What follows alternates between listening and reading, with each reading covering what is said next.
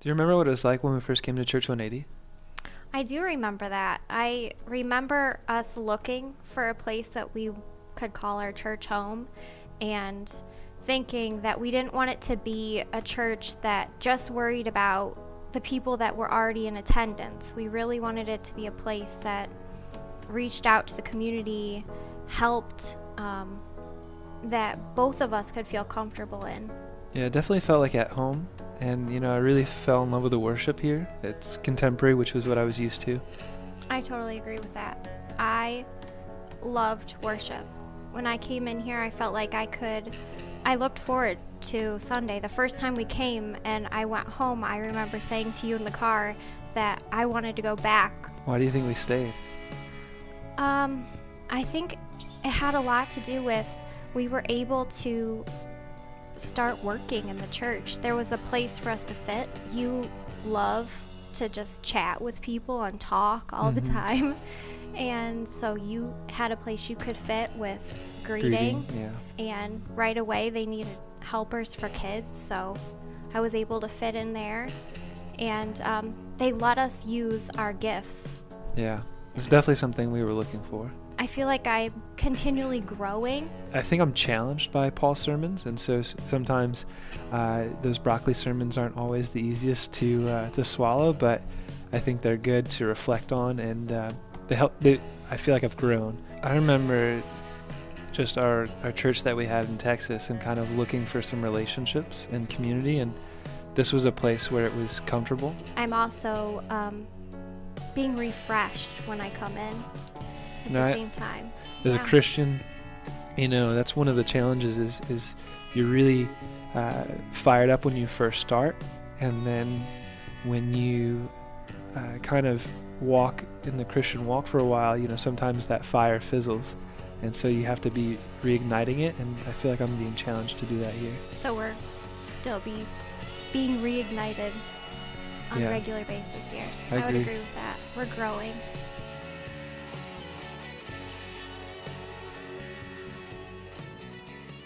So if you've been here at any time at all, one of the things we talk about a lot is there are a couple of different kinds of sermons, right?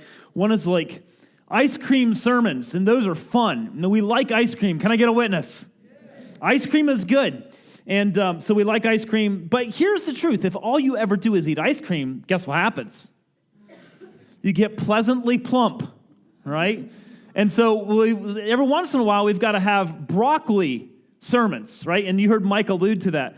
And so broccoli, not everybody likes broccoli, but it's good for you, so you need to eat your broccoli. Now today, let me tell you what we're going to do today. Today is going to be like broccoli with a side of cauliflower and then a dish of ice cream. This is going to be a good day, all right? I'm looking forward to this. We're starting a new teaching series called Grow, and this is really, really important. Now, let me just tell you, I like things to grow. I like it when things grow. I'm not a gardener by any stretch of the imagination, and I don't even like doing mown lawn work. I don't enjoy it at all. But I like when things grow. I like when plants grow. Like I love when I look out the window and, hey, there's some pretty flowers. And people are like, what kind of flowers are they? They're pretty flowers. That's all I know. I just like when they grow. I like when they, open up and bloom. That's good. I like when my bank account grows. Anybody else like that? Yeah, I like when that grows. I like when social media followers grow. Maybe that's really shallow of me, but it's true. I like when social media is like, hey, look, somebody's followed me on Twitter. Hey, look, I got a new Instagram friend. Yay, that's good. I like that kind of stuff. I like when muscles grow. Does anybody else like that? Yeah, that's a good thing. Like we want our muscles to grow. I like when my kids grow.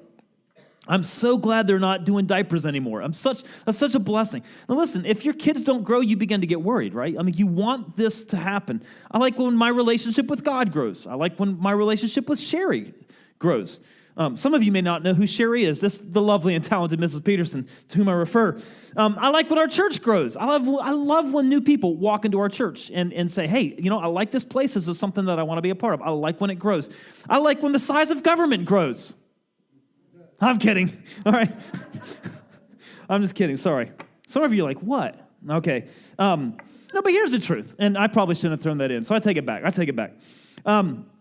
We're always like, we like growth. Right? We're excited when things begin to grow. We're disappointed or we're alarmed when things don't grow, right? We begin to ask, like, why is this not growing? Like, why is my child not growing, right? Like, why is my bank account not growing? I keep putting money in there. Where's it going, right? So we're interested and we're excited when things grow. But here's an important question. Are we looking for growth in the right things?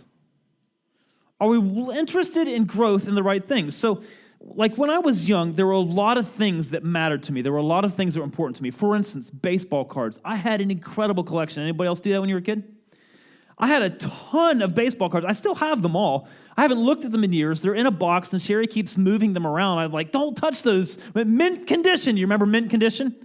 Like if there was a tiny crease in the card, it was like devalued, and you didn't want this. You want a mint condition, right? But I haven't looked at them in years. But when I was a kid, man, I knew every starting lineup of every team.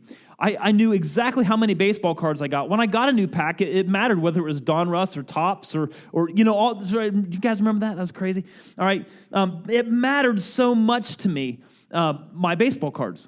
Now, do you remember this? I think this was in '91 when Jose Canseco was traded to the Texas Rangers for Ruben Sierra. Does anyone here remember that?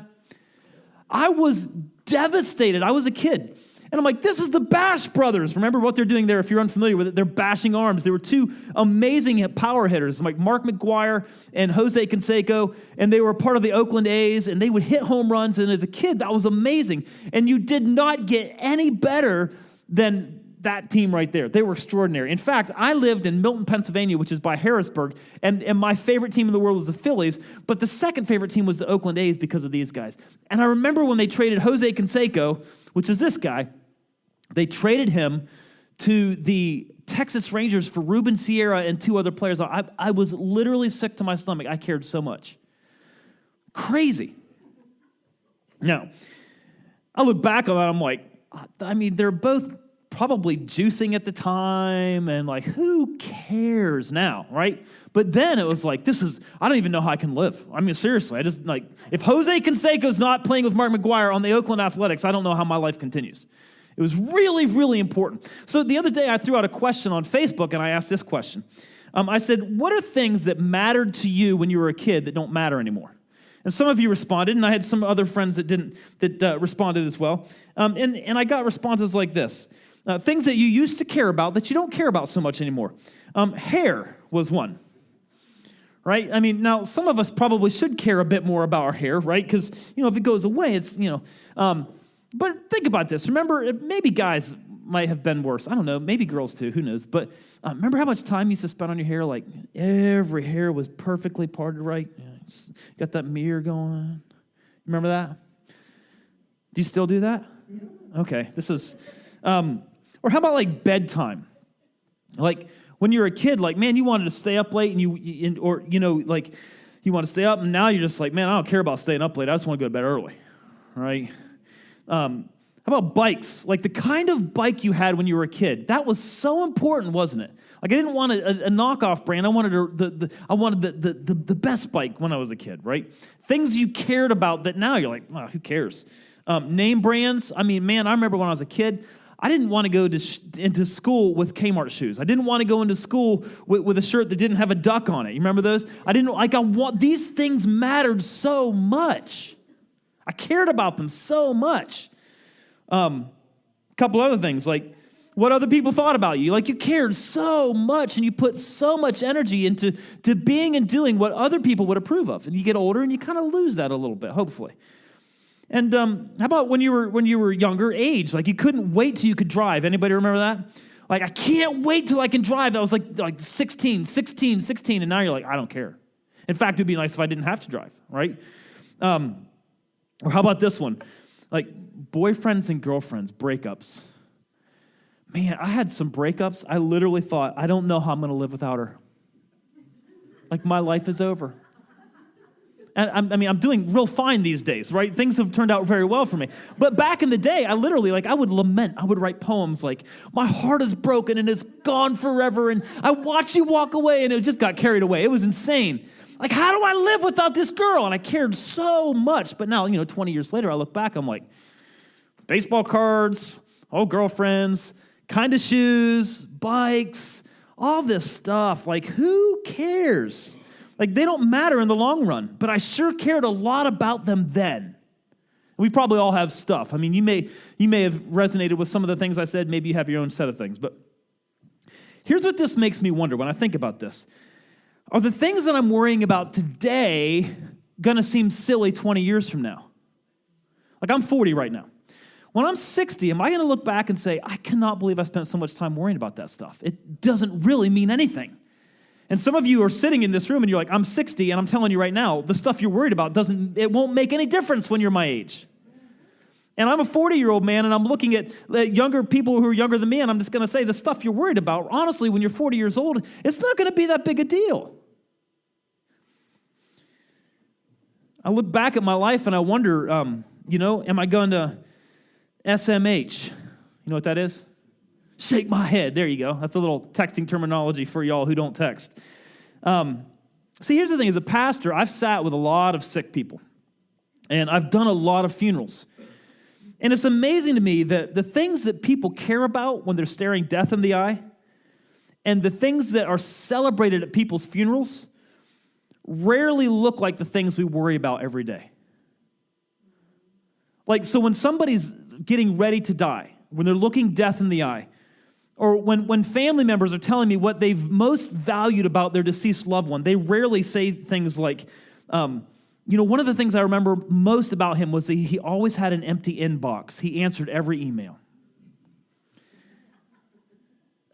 People, when they're staring death in the eye, they don't think so much about calories consumed versus calories burned. That's not a pressing issue. And they're not looking back and saying, I'm glad I spent my life managing well every calorie. Now, I think that's important, but it's not the most important thing, I don't think. I've never had anyone say to me as they're staring death in the eye, I'm glad I spent all that time making sure that my Facebook statuses were updated regularly. But think about where we spend our times. I've never had anyone say, I'm so grateful that I spent all those hours binging on Netflix. I'm so grateful that I spent all that time making sure that my home was meticulous and every single thing, this is the broccoli part, by the way, that every single thing was in order. I'm so glad that I managed my accounts so that I always earned the highest investment possible. I always think about Steve Jobs. Steve Jobs, one of the wealthiest men in the world. One of the things he said at the very end of his life, he said, the thing I wish I could do over was spend more time with my family. At the end of his life, the thing that mattered most.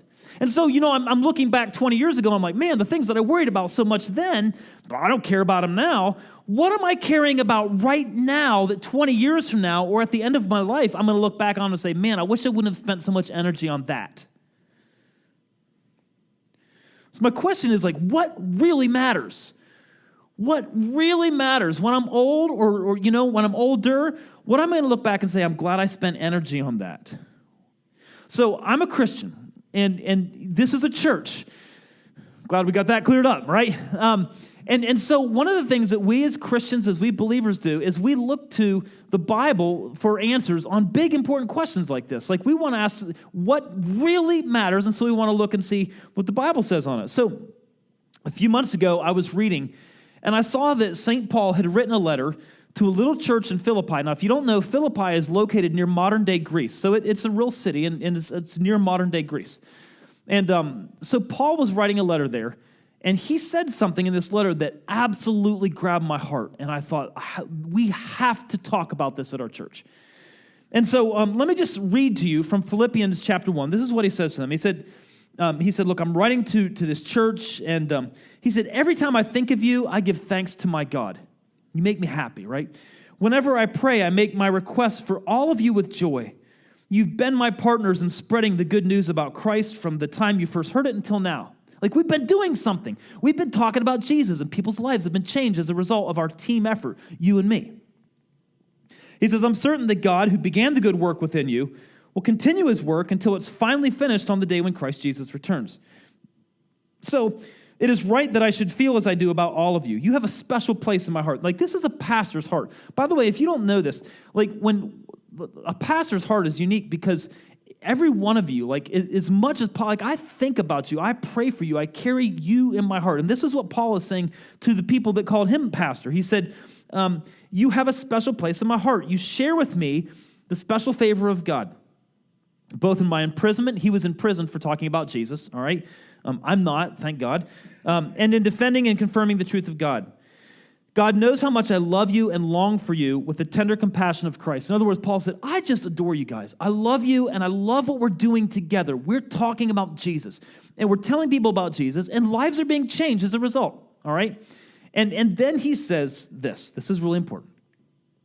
I pray that your love will overflow more and more, and that you will keep on growing in knowledge and understanding. Now, this is important. I want you to grow in love. I want that love to just keep growing and growing and growing. I want you to keep growing in knowledge and understanding, right? And then he says this, for I want you to understand what really matters so that you may live pure and blameless lives until the day of Christ's return. And when I see that, I'm like, this is important. Like this, what really matters, Paul's going to talk to us about something that is really an important question if we stop and think about it.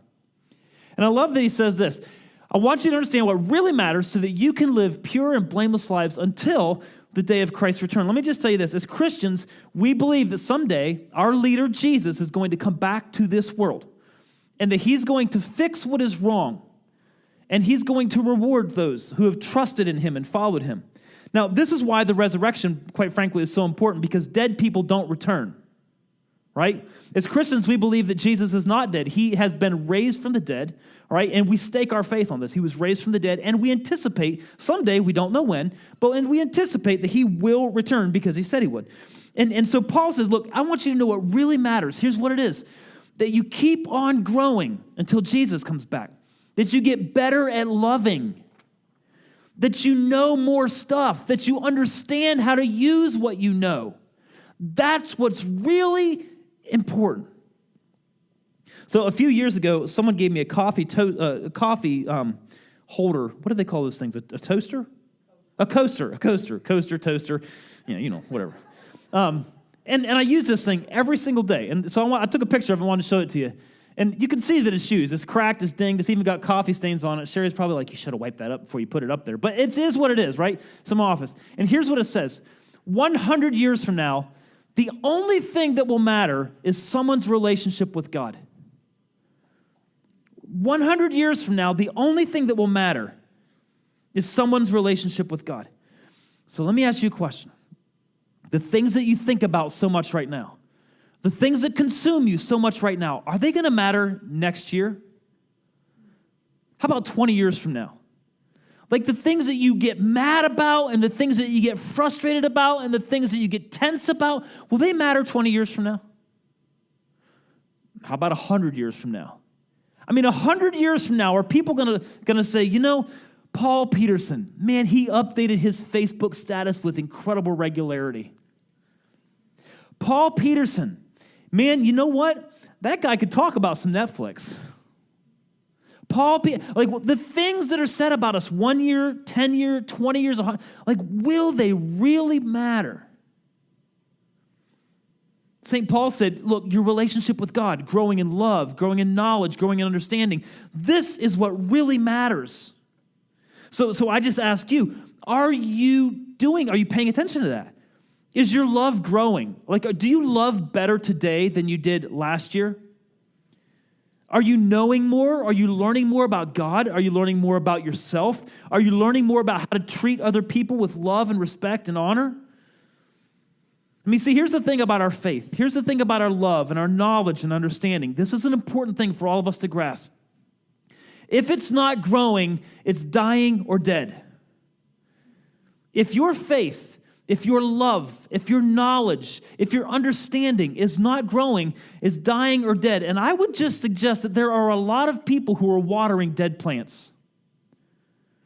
It's very likely that there's a lot of energy being poured into things that, quite frankly, are not going to help us grow in love, help us grow in knowledge, help us grow in understanding. And as St. Paul says, he says, this is what really matters. If it's not growing, it's dying or dead. And this is true of muscle. It's true of money. It's true of your mind. It's true of relationships. Now, I would just say that the fact that you're here today says something good about you. It says that you have an intention, and you see it's important to nurture this love and this knowledge and this understanding. The things that St. Paul says really matter. But let me just tell you this. This is so important. Healthy growth does not happen without focus, consistency, and intentionality. Let me explain what I mean by that. This is the side of cauliflower right here, all right? Giving Jesus a head nod on Sunday and hoping that your love will continue to grow and your knowledge will continue to grow and your understanding will continue to grow. Giving Jesus a head nod on Sunday and then forgetting about it the rest of the week isn't going to work. If you want your spiritual life, if you want the inside, if you want your character to grow, if you want your capacity for love to expand, if you want that to happen, it will take more than a head nod on Sunday. Can I get a witness? I mean, that's kind of like this. Hey, I'm going to eat right on Friday and hope that I lose weight. Or I'm going to be nice to my wife on Tuesday and hope that our relationship gets better. That'll cut it for the week. Or I'm going to go to work on Thursday and give it my very best shot and hope that my company grows. Or I'm going to go to work on Thursday and hope that my boss is satisfied with my all-out 100% effort one day a week. Or I'm going to get a good night's sleep once a week and hope that will be sufficient rest to cover up for my lack of sleep the rest of the week. The truth is, if we want to grow spiritually, if we want our relationships to evolve, if we want our bodies to change, if we want our finances to look different, it will require focused, consistent, intentional effort. Anything less than that is going to leave us disappointed. And my concern is, and not just in this room, it's at large. It starts in my own heart, okay, gang? My concern is that sometimes we give Jesus a head nod, and then we get frustrated through the week when things aren't going well, when our life is not evolving spiritually, when we're not growing in love, when we're not gaining wisdom, when we're not growing in excellence, when we're not doing these things. We look at Jesus and say, what's up with that? And he's like, dude, you showed up once.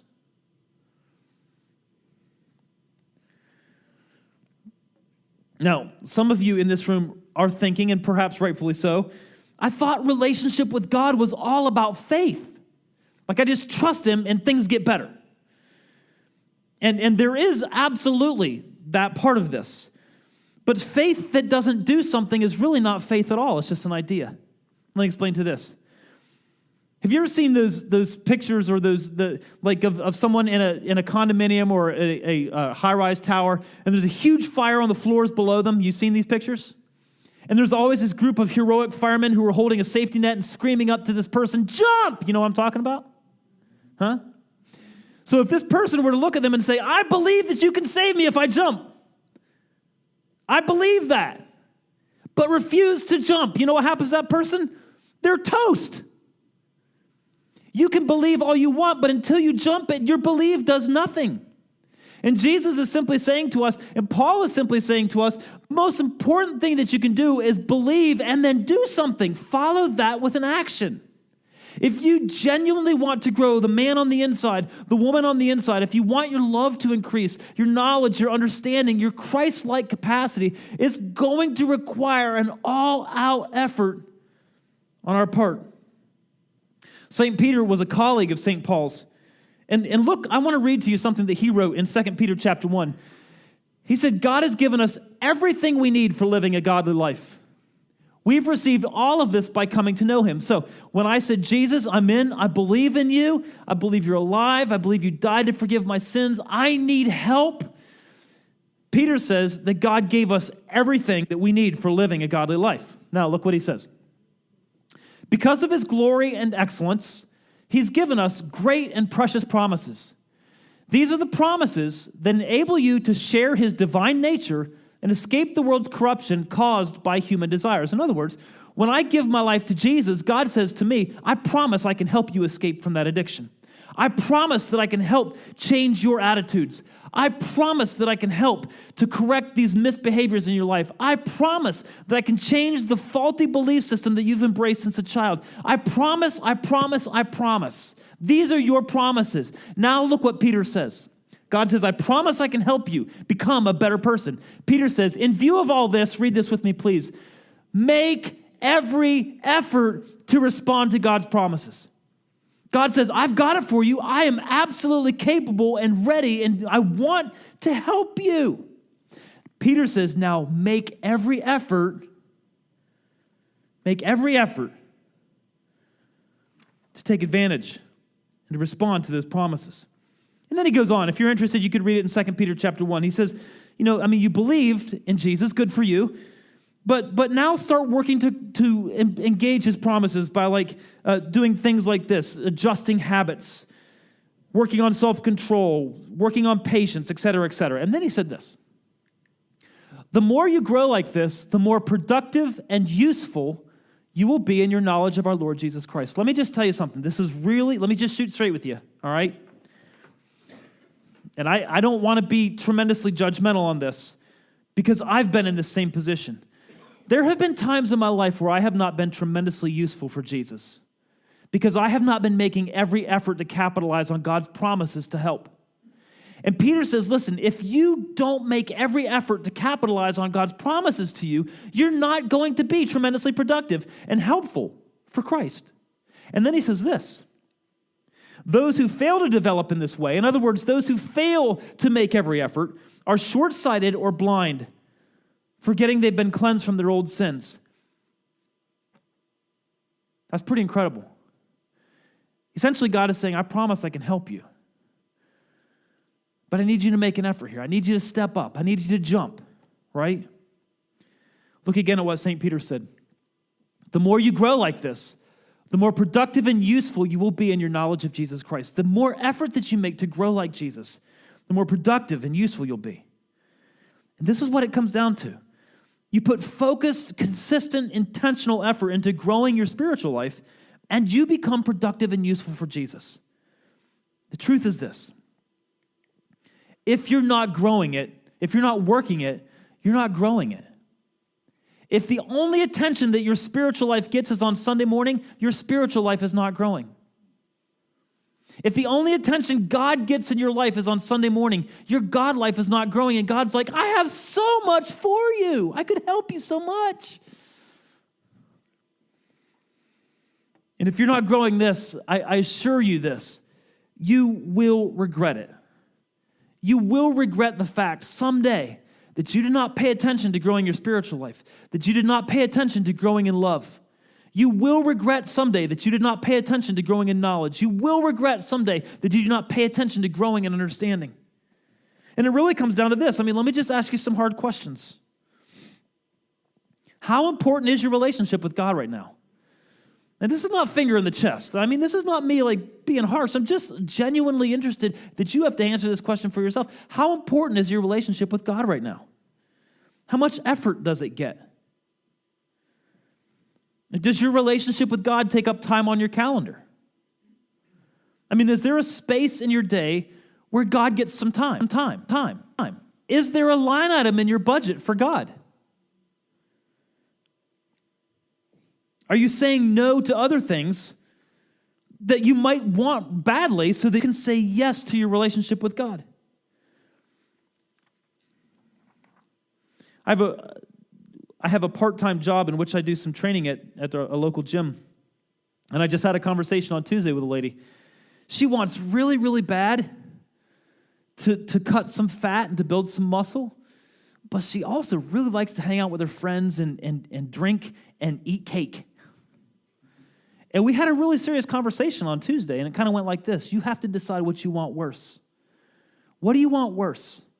And when you make that decision, you're going to have to make some changes. And so my question to you is simply this. What do you want worse? Do you want that relationship with God and all that He's promised to do for you? If so, you may need to make some changes. Now, here's the good news. If you've believed in Jesus and you've committed to following Him, the Bible teaches us that His Spirit actually lives inside of us and is a resource for growth. He helps us to grow. St. Paul said the thing that really matters is growing in love and knowledge and understanding. In essence, Paul said, look, the next time I see you, I hope you love more. I hope you understand more. I hope you know how to live in this world with more wisdom. And we know that growth is the result of focused, consistent, intentional effort. And we're making an effort, like St. Peter said, to grow. And as we do that, look what St. Paul prayed. He said, may you always be filled with the fruit of your salvation, the righteous character produced in your life by Jesus Christ. For this will bring much glory and praise to God. Now that whole fruit of salvation, let me just tell you what that means real quick. If you were to flip back over in your Bibles in Galatians chapter 5, you would see that the fruit of salvation, or the fruit of the Spirit, sometimes it's called, is love, joy, peace, patience, kindness, goodness, faithfulness, gentleness, self-control. Is there anybody in this room that would not like to be married to someone that has those characteristics in their life? And Paul and Peter and the scriptures teach us that as we lean into God, those things grow in our lives. But if we don't lean into God, those things don't grow in our life, and we end up frustrated, bitter, angry, small, withered, raisin-like Christians. See, Jesus working in you, Jesus working in me, plus our focused, consistent, intentional effort will grow a relationship with God that will matter in 20 years. It will matter 100 years from now. Let me tell you, you'll be the kind of man or you'll be the kind of lady that people will remember when you're dead. And they will say things like this: she loved me when no one else did. He encouraged me when everyone else had walked away. She taught me. She confronted me. He was patient with me. His life changed my life. That kind of stuff matters a year from now, 20 years from now, 100 years from now. And this kind of growth in our lives, the things that really matter, require a huge commitment. Now, let me talk about our church. The church is a group of people. Like, we're the church. The church is not a building. So if this church burned down, we'd go somewhere else and have church. And if that place were, destroyed because they wanted to build a new store, we'd go somewhere else. We, the people, are the church. We could have church at your house, all right? We could all come to your house next week, all right? So, in fact, we're going to. We're all going to be at your house next week, right? We are the church, the people, not the building. A lot of people get that wrong. The building is not the church. And the church is the same way as individuals, because the church is individuals. We're either growing, or we're dying, or dead. And we've all been a part of churches that are dying or dead, and hopefully been a part of churches that are growing. And right now, our church is so fun to watch this. Our church is growing. We're seeing more people in the seats. But you know what? Here's what I always say. Like, you don't need Jesus to fill up a building, do you? Like, there are terrible sports teams that fill up the building, right? You don't need Jesus to fill up a building. You get a bunch of old dudes in tight, skinny jeans who call them the Rolling Stones. They can fill out a building, right? You don't need Jesus to fill up a building. But what's awesome is when a building gets full and Jesus is actually changing lives. That's pretty awesome. And that's what the church is. And for the church, for us to continue to grow, it's going to require a focused, consistent, intentional effort. Now, our church, we've talked about this. We've been growing, and we have to prepare ourselves spiritually and spatially for what's coming next. And so since March, we've been talking about this whole idea of growing, right? We've made videos, we've done handouts, we've met with life groups, we've answered all the questions that anyone has asked.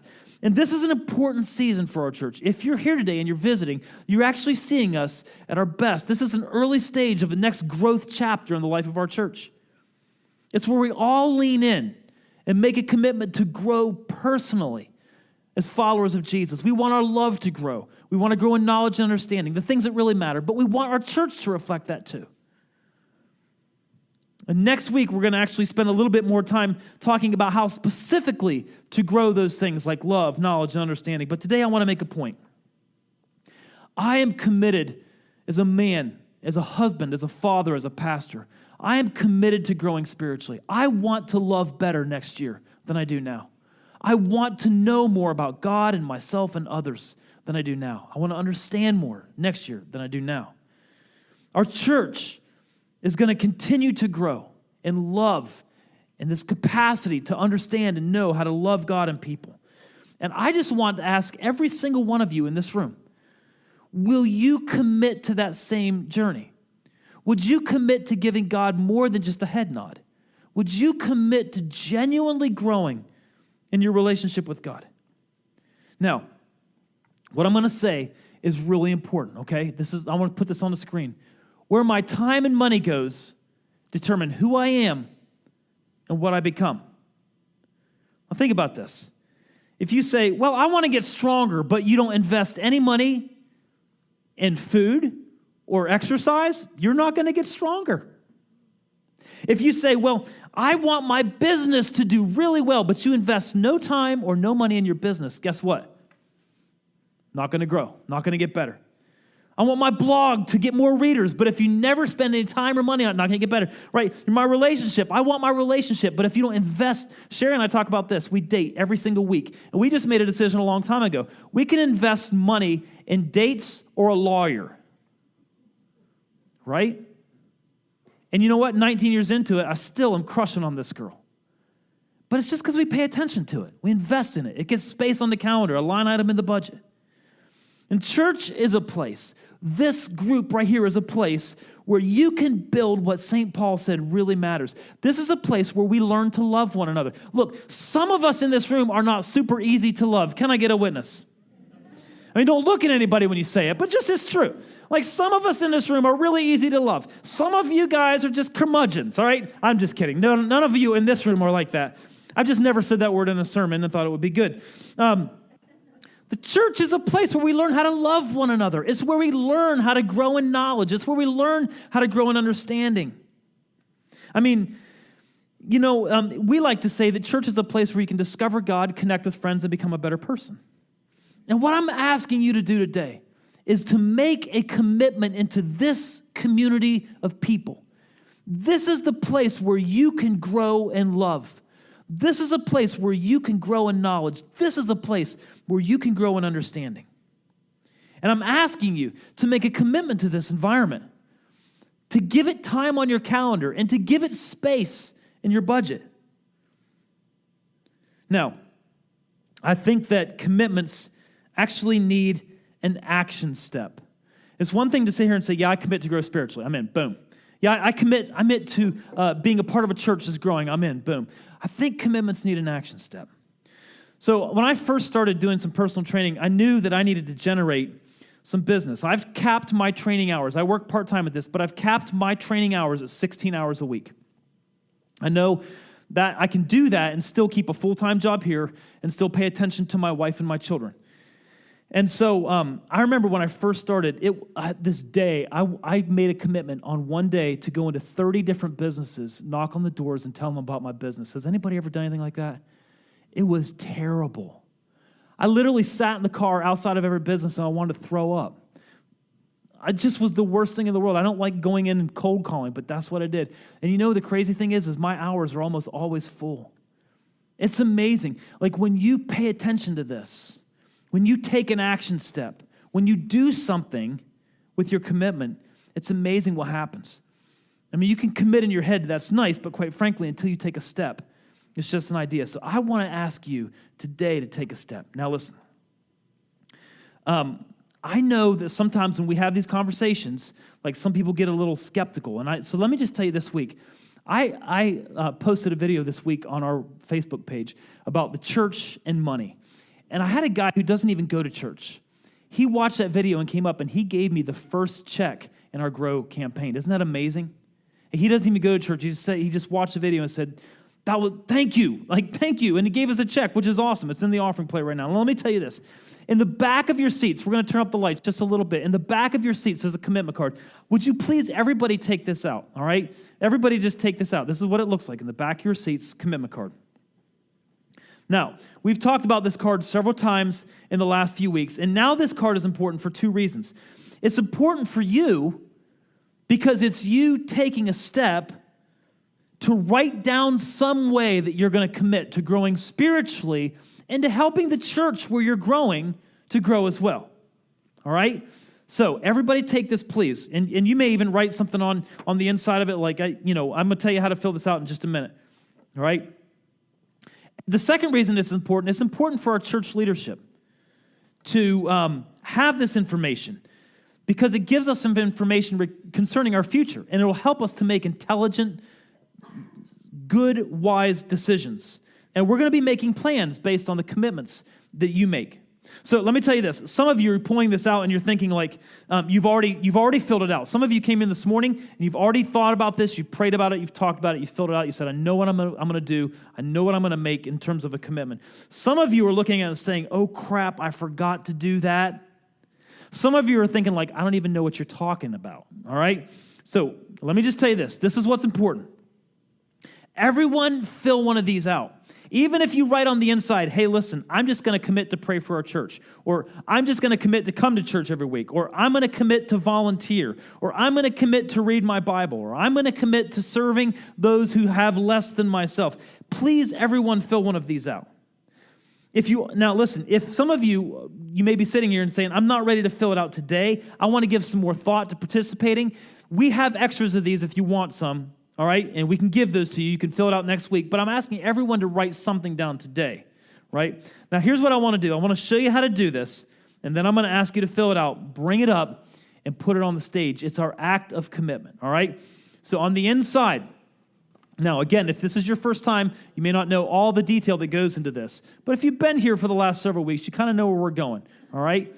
We're asking our church to make a financial commitment as well as a spiritual commitment. So over the next 2 years, we're all going to grow, and we're going to create a place where others can grow, all right? Now, what we're asking you to do is fill out this card. Line number 1, what I normally give in a year. So let's just say you normally give $100 a year, right? There you go. My additional annual commitment. So I'm going to give, in addition to what I normally give, put that on line number 2. And then, so add lines 1 and 2, and that's your total number. And then some of you may say, I'd like to give a little more so we can kind of move some walls around and make some more space for other people, and be able to invest in our kids a little bit more. I'm going to add a one-time gift, and then you total it all up. And this is your 2-year GROW commitment. Now, GROW is a 2-year campaign. We're asking our church to make a big commitment spiritually and financially so that we can be ready spiritually to do all that God is calling us to do, and financially so that we can be prepared to do the things that God wants us to do. All right? Now, if you'll go ahead and fill that out, you put your name, phone, email, all right? Please do that. Now, next week, we're going to be having something called a Big Give Sunday where you could give some of this if you want. You could do that actually next week. Now, I know that talking about money in the church can get complicated sometimes. And that makes my job difficult because, so for instance, I know there's a pastor recently that his jet burned, and now he says that God wants him to have $60 million to buy a new personal jet. And he's asking his church to provide $60 million for him to have a jet. And people see stuff like this, all right? And then they come to church and you walk into a moment like this and you're like, oh, geez, Peterson needs a jet. Well, listen, you're not going to see myself or Joe Call in a jet. We have every intention of managing well, along with our advisory team, the funds that come in. Here's what we want. We know that we're currently in a space, we're running out of space, in a space in which we don't have much of a future.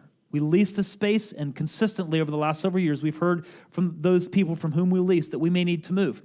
So it doesn't make sense for us to make long-term plans here. So our long-term plan then is to save up money so as we find that space, we can move, all right? So this is why we're asking this. And again, if you have any questions about this process, please feel free to ask myself or Joe or advisory team members. We're open on this, okay? I love our church, and I love what we do. And so today I'm asking you to make this commitment, to sign up and do this so we can grow spiritually and create a place where others can as well. Now here's what we're going to do. I'm going to step down. I'm going to fill out my commitment card with my bride. Our worship team is going to come up here, and they're going to play softly. We're going to turn up the lights just a bit so you can see. And in just a moment, here's what I'm going to do. When you've got this filled out, would you please just take that action step, come out, lay it on the front seats, or lay it on the front stage here, And then in just a moment, we're going to wrap up with the last song. I'm going to pray, and we're going to beat the Baptist to Moses.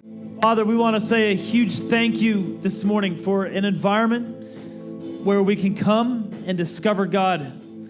And Lord, I know some of the stories in this room of people who have discovered God and are growing in their faith, and we just give you praise for that. That's why we do what we do. It's a safe place where anyone can come in and discover God. Father, it's also a great place to connect with friends. And Lord, the friendships that have been made and that are being made in this environment, we give you praise for that. That's why we gather. And it's finally a place, Lord, to become a better person. We learn how to grow in love. We learn new things. We learn and begin to understand better how to connect with God and to engage with people in loving ways. Father, as our church commits this day spiritually to make some aggressive steps over the next 2 years, as we commit financially, Lord, to create a space where other people can come and have the similar experience as we. Father, I pray your blessing on this. Lord, there are those in this room, Father, that today might be the first time they've ever really considered making a financial commitment. I pray, Lord, that you would give them courage and wisdom as they make this decision. There are others in this room today, Lord, who will be making decisions spiritually to really take it up a notch, to pay attention to their spiritual well-being. I pray, Father, that you will give them courage and faith as they make these decisions. Lord, they're going to have to make some hard decisions in the days to come. Maybe there's relationships. Maybe there's time suckers. Maybe there's other things in their life that they're going to need to begin to cut out of their life, or things they're going to need to embrace in their life in order for them to grow spiritually. Father, I pray that as our church begins on this day, God, May 15th, 2016, I pray, Lord, that this will be a turning point for our church. For every man and woman in this church, that we will say, in the years to come, we'll look back on this day and say, on that day I made some of the decisions that were absolutely critical in my spiritual well-being. And these are the things that will matter 20 years from now, 100 years from now. Father, I pray your blessing on every single person who's participating on this. And Lord, perhaps some that aren't participating today, Lord, I pray that you would just wrap your arms around them as well. Love us well, Father. This is our heart. We believe, God, that you're going to use our church to do good things in this city. We believe, Lord, that because of our church, children will be fed. We believe that because of our church, there will be people who are struggling with addictions that will be set free. We believe that because of the work of this church, there will be people who are called into ministry as missionaries and pastors and teachers. We believe that because of this church, Lord, more and more businesses will operate with integrity. We believe that because of this church, Lord, there will be marriages that look hopeless right now that will actually survive and thrive. We believe that because of this church, there are parents who are discouraged, who will receive fresh vision and fresh wisdom, and will raise young men and women who will bring honor to God and represent you well in our world. We believe that in this church, Lord, there will be a safe place where anyone can come and receive love and affirmation and encouragement. We believe that because of this church, Lord, good things will happen in this city. Thank you, Lord, for Church 180. Thank you for the men and women who participate and love and give and serve and pray and engage with our church. This is the beginning of something good. This is the beginning of something big. Keep us humble. Keep us honest before you, Jesus. And may we always, always, always grow in love and knowledge and understanding, because these are the things that really matter. In Christ's name we ask these things. Amen.